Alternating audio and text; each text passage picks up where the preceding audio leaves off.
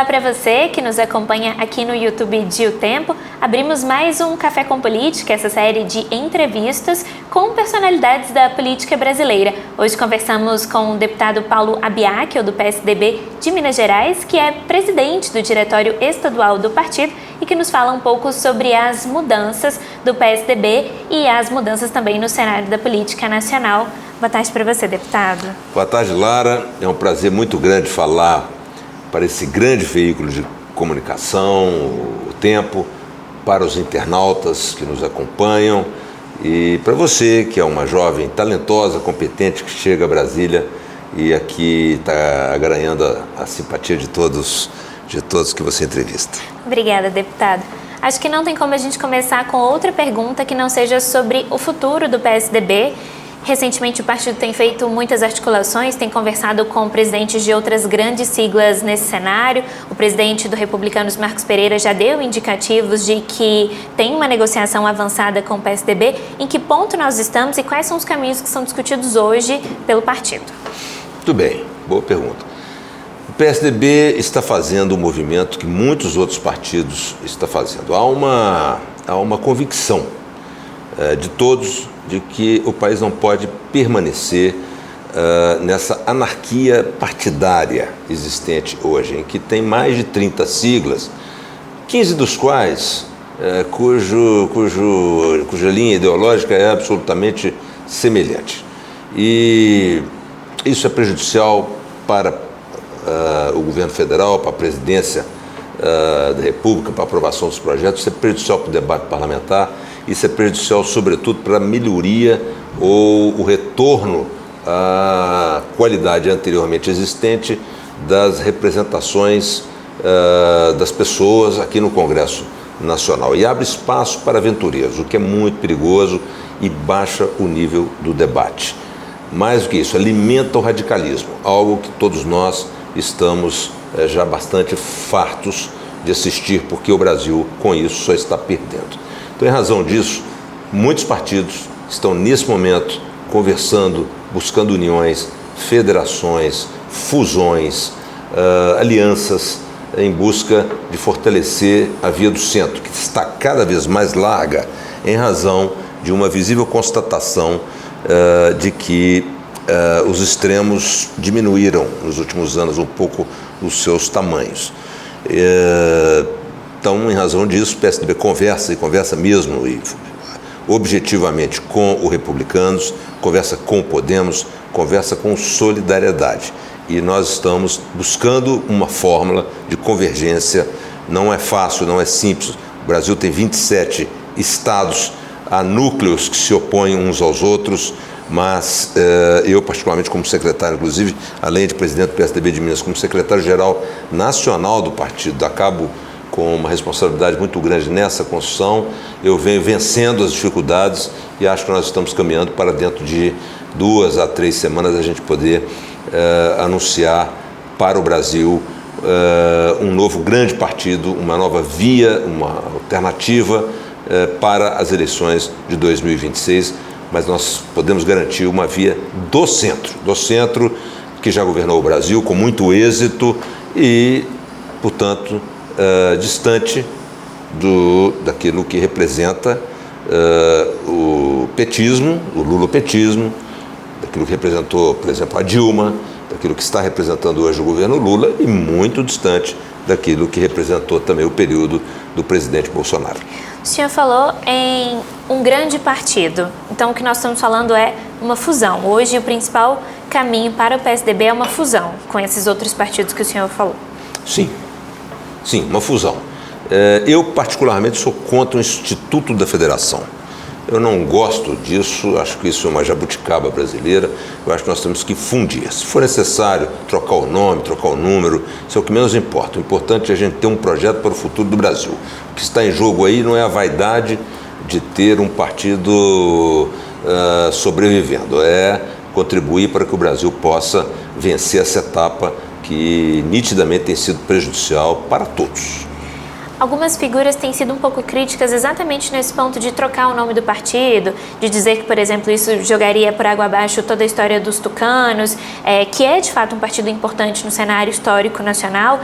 Isso de fato é viável, trocar hoje o nome do partido nesse contexto de fusão com republicanos?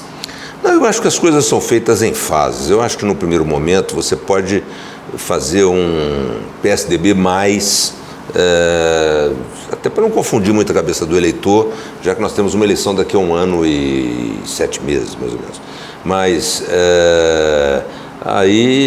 já é um sinal para o país, para o eleitor, de que algo está mudando.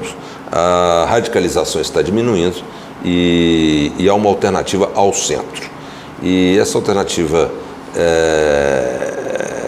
de, muitas vezes, abrir mão do nome do partido custa caro a muitos, principalmente aos fundadores do partido, mas eu tenho certeza de que todos eles são sensíveis a essa necessidade que o Brasil está vivendo hoje.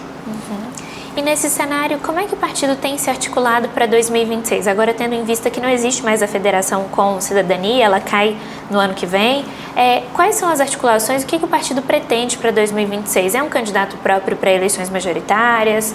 Qual é esse cenário? Muito bem, Lara. Bom, a saída do Cidadania da federação era algo absolutamente precificado já há mais de 2 anos, 1 ano e meio, então isso, portanto, não traz para a gente nenhuma novidade. Eles, como era imaginado, tinham que chegar em um determinado momento e escolher o melhor para eles, né? Respeitamos, não tem problema nenhum, está tudo certo. Quanto a... qual é a outra parte da pergunta? Me perdoe. Como o partido tem se articulado para 26? Vai ter um candidato próprio, por exemplo, no Senado, governo de Minas, presidência? Sim, o ideal é que o Centro Unido tenha um candidato a presidente da República. E nós ficamos muito à vontade em relação a este nome ser ou não ser do PSDB, Lara, porque o PSDB sempre foi o farol do centro político brasileiro e sempre será, né? Nós governamos o país com muito êxito por 8 anos, fomos o contraponto ao PT durante 20 anos, né? Sempre ali buscando retomar o controle, vencer as eleições. Não foi possível, a Aécio quase chegou lá, e a nossa história, né, basta pesquisar, é uma história muito bonita, de luta pela redemocratização, de reorganização da política econômica do país com plano real, de mudanças profundas no sistema de controle fiscal, a lei de responsabilidade fiscal, inclusive, os primeiros projetos de distribuição de renda, hoje chamado de Bolsa Família, surgiram no governo Fernando Henrique. As grandes privatizações que aconteceram do governo federal foram no governo Fernando Henrique. Nós temos que lembrar que até alguns anos atrás, a Vale do Rio Doce pertencia ao governo federal, o sistema Telebrás pertencia ao governo federal, não havia telefonia privada no Brasil. E assim, tantas outras coisas que aqui eu não enumeraria para não tomar muito tempo do nosso internauta. Mas mais do que isso, e o mais importante hoje, na agenda de hoje, um partido que veio para defender a democracia incondicionalmente e que foi sempre um celeiro de grandes líderes políticos. Foi no passado o partido que mais projetou grandes personalidades da história da política brasileira, talvez comparado apenas aos tempos de Juscelino e Tancredo, mas que é ainda um celeiro de grandes personalidades políticas. Que nós temos 3 governadores, 3 jovens governadores. Agora temos até informações de que a Raquel Lira deve tomar o seu caminho em Pernambuco, o que é natural, mas faremos outros governadores nas eleições de 2026, jovens promessas. Então o partido continua com muito vigor. Se for necessário abrir mão da sigla, que é representativa, faz parte da história brasileira, para essa conjunção, essa comunhão de interesses visando uma candidatura vitoriosa a presidente da República livre dos extremos, nós vamos ter que fazer esse sacrifício. O senhor falou sobre um centro unido, e aí desse lado a gente tem o PSDB articulando uma federação com o Republicanos, que é um dos principais partidos de centro, também o Podemos da Renata Abreu, mas também tem de outro lado ali MDB, PSD, PP, União Brasil. Seria possível uma frente ampla com todos esses partidos? E aí eu emendo já outra pergunta. A direita tem muitos nomes que podem concorrer ao pleito de 2026. Tarcísio de Freitas, o próprio Caiado, o governador Romeu Zema. Quem seria esse nome do centro? Não, ainda é cedo para dizer isso. Você sabe que política, o céu de hoje é diferente do céu de amanhã, já diria o velho político, não se atribui exatamente essa frase a alguém, mas de que você olha para o céu, a nuvem está de um jeito, depois você olha para o céu. Eu vejo muitos nomes que hoje são um pouco mais vinculados à direita, mas que se você conversar com eles e se aprofundar na conversa sobre o que eles pensam do Brasil, se você investigar a carreira política deles, você vê que eles são efetivamente pessoas muito mais comprometidas com o centro político. E aqui eu cito o governador Tarcísio de Freitas de São Paulo. É um homem que foi presidente do Departamento Nacional de Infraestrutura de Transportes, o DENIT, do governo Dilma, foi ministro da Infraestrutura do governo Temer, hoje tem uma vinculação política com o presidente Bolsonaro, mas é um homem de centro, Nós temos que nos afastar do centro radical, esse que é contra a democracia, esse que é contra, esse que defende o golpe de Estado, o retorno à ditadura militar. Nós temos que nos afastar dessa direita radical, respeito, mas não concordo, e temos que nos afastar de um modelo que, infelizmente, pelo seu tempo, eu até diria que teve períodos bons, mas que pelo decurso do tempo, pelo desgaste, pela fadiga imposta em razão do tempo, já não funciona mais, que é o governo do presidente Lula da Silva. O senhor levantou a bola, eu vou ter que cortar. Qual a posição do PSDB em relação ao PL da anistia? Bom, eu posso falar por mim, né? Esse é um assunto que chegou agora ao debate na Câmara dos Deputados, mas não há texto. Então, se o internauta me perguntar, se você me perguntar como será essa anistia, eu não tenho a menor ideia. Será ampla, geral e restrita? Não sei. Será com uma dosimetria de pena para os que cometeram crimes mais graves e terá uma pena menor para os que apenas estiveram ali participando das atividades, vamos dizer, vamos chamar assim, né, de um certo tumulto, uma baderna que houve. Então, eu ainda não sei. Então, eu sou muito sensível, até porque eu sou advogado de formação, advogado de defesa, fiz mais de 100 júris na advocacia criminal em Minas Gerais. Eu sou extremamente sensível à defesa e aos direitos, ao Estado democrático de direitos. Mas eu preciso conhecer o texto, porque o fato de ficar eventualmente, não é o meu caso, não estou dizendo que eu vou fazer isso, mas o fato de ficar contra esse texto não significa que eu estou contra a ideia. Eu tenho que ver se o texto me atende. E o PSDB, é claro, e acho que os deputados de um modo geral, vão avaliar o seu voto de acordo com o conhecimento do texto. Nós não sabemos ainda o que vem. Se vier um texto que dá, por exemplo, uma anistia ampla, geral e restrita, nós talvez tenhamos que buscar modificar esse texto, alterar esse texto e fazer um texto equilibrado que atenda verdadeiramente aquilo que a maioria da população brasileira pensa. Porque o brasileiro quer, imagino, em maior parte, a anistia. Sim, mas a anistia para todos, a anistia ampla, geral e restrita, a anistia que contemple também os cabeças de um movimento que efetivamente houve, não chegou às vias de fato, mas que se tentou para gerar um processo que obrigasse o presidente da República abaixar um decreto, a chamada GLO, a garantia da lei e da ordem, e ali abria-se a brecha para todo tipo de experiência, inclusive uma nova experiência militar. Então a gente não sabe exatamente como será esse texto, fica difícil dar opinião. Mas sou, sem dúvida nenhuma, muito sensível, até por ser advogado, por formação advogado, defesa, nunca fiz uma advocacia de acusação, eu sou muito sensível digamos, a defesa dos cidadãos que estão respondendo a processos na Justiça. Esse é um debate que tem esquentado os ânimos ali, principalmente na Câmara dos Deputados, mas agora a gente tem no Congresso, de forma geral, uma discussão muito forte sobre mudanças na lei da ficha limpa, nos prazos de inelegibilidade. Como é que o senhor vê isso? É possível? Eu acho que o presidente da Câmara e o novo presidente do Senado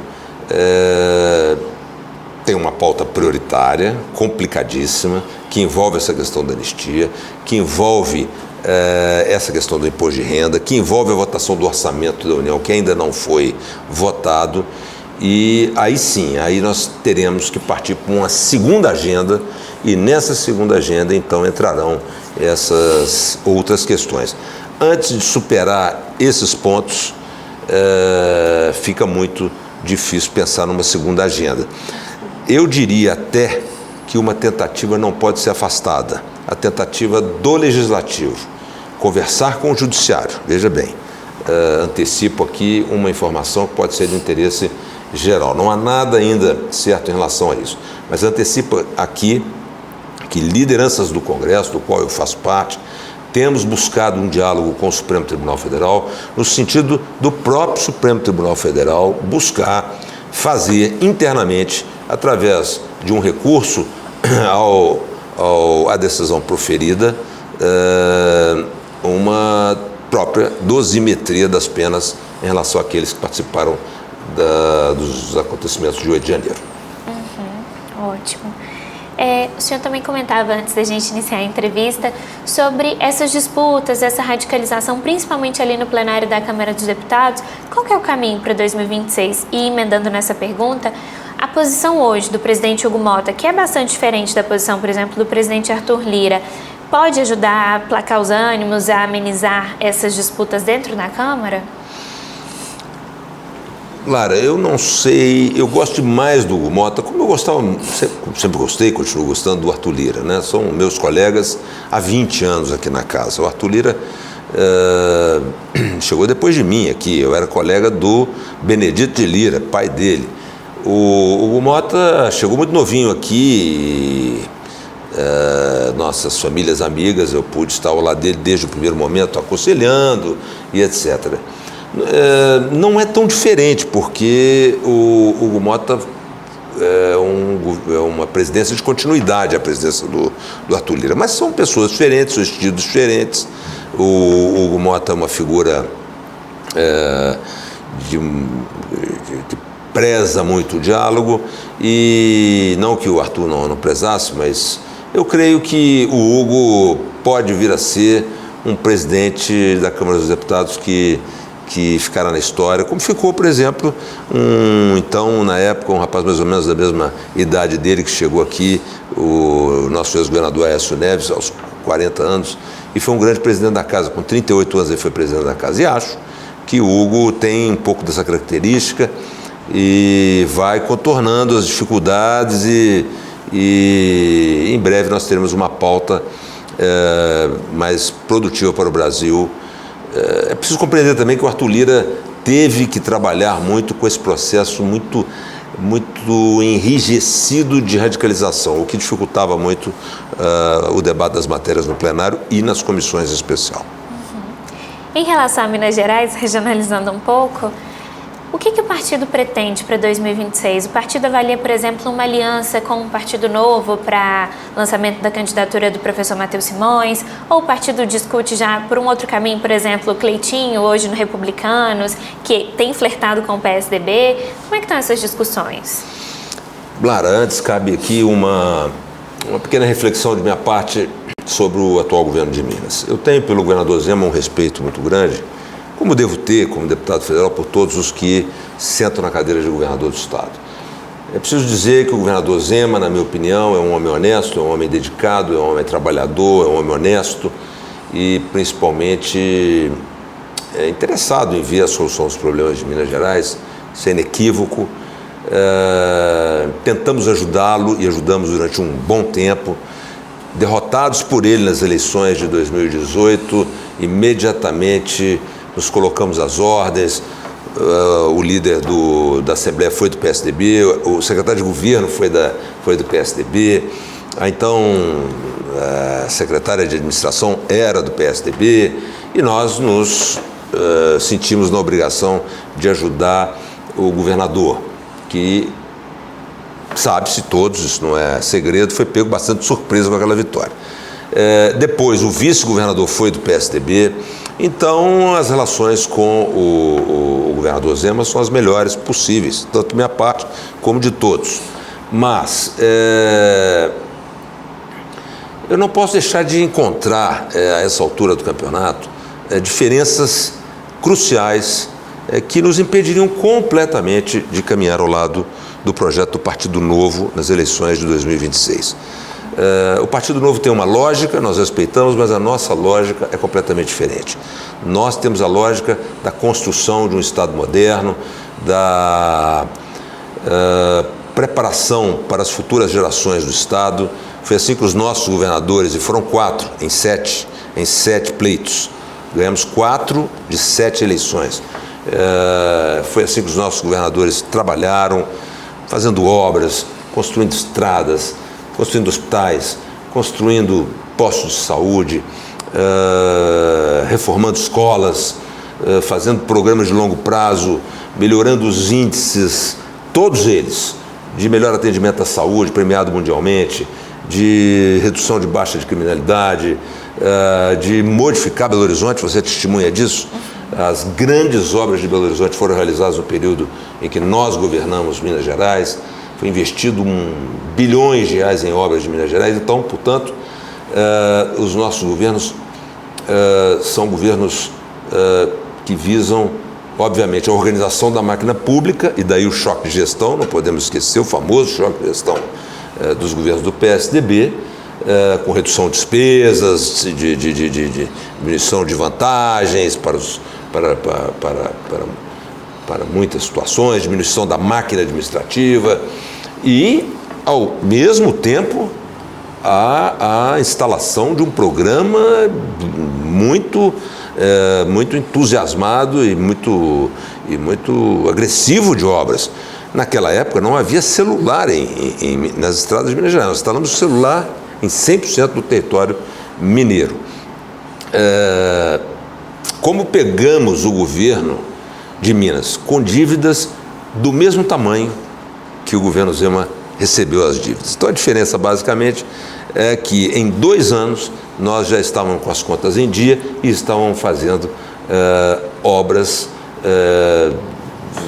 transformando o estado de Minas Gerais, e assim foram os outros 6 anos. O que eu enxergo hoje no governo Zema? Boa vontade para fasear, intenção de fasear, não resta a menor dúvida, etc. O que há, então, que impede que ele permaneça com o discurso de ficar reclamando do Pimentel, que é o seu antecessor, o resto da vida, dizendo que herdou uma dívida? O que acontece? Acontece, talvez, exatamente o que sobrava em nós: know-how, conhecimento, capacidade de fazer política, dialogar, vir ao presidente da República e não pedir, e de exigir. Porque um governador de Minas, pelo menos foi assim quando nós governamos, colocava de tal forma a importância do Estado que o presidente da República não tomaria uma medida, por exemplo, sobre reforma tributária sem consultar o governador de Minas. Era completamente diferente, como também o governador de São Paulo. Então, o que nós estamos vendo hoje é uma diminuição muito significativa da importância de Minas no cenário das articulações políticas. O governador vive a criticar o governo Lula, se afasta completamente de um diálogo entre entes federados. Tem que ser respeitoso, tem que ser produtivo. Pode haver críticas de lado a lado, isso acontece, mas tem que haver algo muito maior, que é uma relação institucional de benefício para a população mineira. E outro ponto, a comunicação. Eu discordo, e não sou publicitário, mas eu discordo dessa comunicação. Essa comunicação que o governador Zema usa, ela já foi usada em outros tempos. Vamos lembrar que o presidente Bolsonaro gostava de usar camisa de time de futebol para poder se colocar como uma pessoa popular. Lá atrás, o Fernando Collor, quando presidente da República, quando queria mostrar vigor, juventude e etc., usava camisas com dizeres autoestimulantes para as pessoas, etc. e tal. O governador Zema faz. Usa camisas que o colocam como uma pessoa humildezinha, vai até usando, eu diria, uma forma que não é apropriada para se comunicar, porque até deseduca as pessoas que veem a imagem no sentido de aprenderem melhor a língua portuguesa. O ai, cê vai, o ai é uma expressão mineira, o cafezinho, o ai, não sei o que e tal. Então eu acho uma comunicação que diminui a importância do Estado, uma comunicação que diminui o papel dele, a figura dele, não dá a importância que ele merece. Eu noto isso aqui, os comentários aqui em Brasília são esses, mas é claro, isso tem a sua vantagem para ele deve avaliar isso, porque isso traz a ele também uma certa simpatia exatamente com as camadas mais humildes da população. Mas eu fico pensando o seguinte, o que está sendo feito para as crianças? O que está sendo feito para as estradas mineiras para o futuro? O que está sendo feito para a saúde de Minas no futuro? Até onde eu sei, muito pouco. E outra coisa, muito séria, se nós compararmos Minas hoje, os índices econômicos de Minas, com os índices econômicos dos restantes de alguns estados brasileiros, Goiás vem acelerando de tal forma a sua economia que vai ultrapassar Minas. Minas está em declínio econômico. A Bahia já passou Minas. O Distrito Federal tem que se considerar que é um quadradinho, geograficamente falando. Minas é um estado enorme, mas os índices econômicos do Distrito Federal estão melhores do que o de Minas. Os índices de investimento em políticas públicas voltadas para o futuro estão maiores do que os de Minas. E vejo o governador de Minas Gerais fazendo um trabalho que eu não arriscaria dizer que é de precarização da estrutura da máquina de governo de Minas Gerais, mas sem dúvida nenhuma vai trazer reflexos no futuro e Minas será ultrapassada nas próximas décadas por 4 ou 5 estados, quem sabe até pelo próprio Paraná, que vem também num processo de grande desenvolvimento. Descartado uma aliança com o governo Zema, com o Partido Novo e essas outras figuras? Respeitando o governo novo, respeitando a figura do Zema, respeitando a figura do Matheus Simões, que é um homem inteligente, mas lhe falta, ao meu modo de ver, isso aqui não é uma crítica, é uma constatação, lhe falta talvez um pouco mais de experiência, porque ele sai da Câmara de Vereadores para ser vice-governador.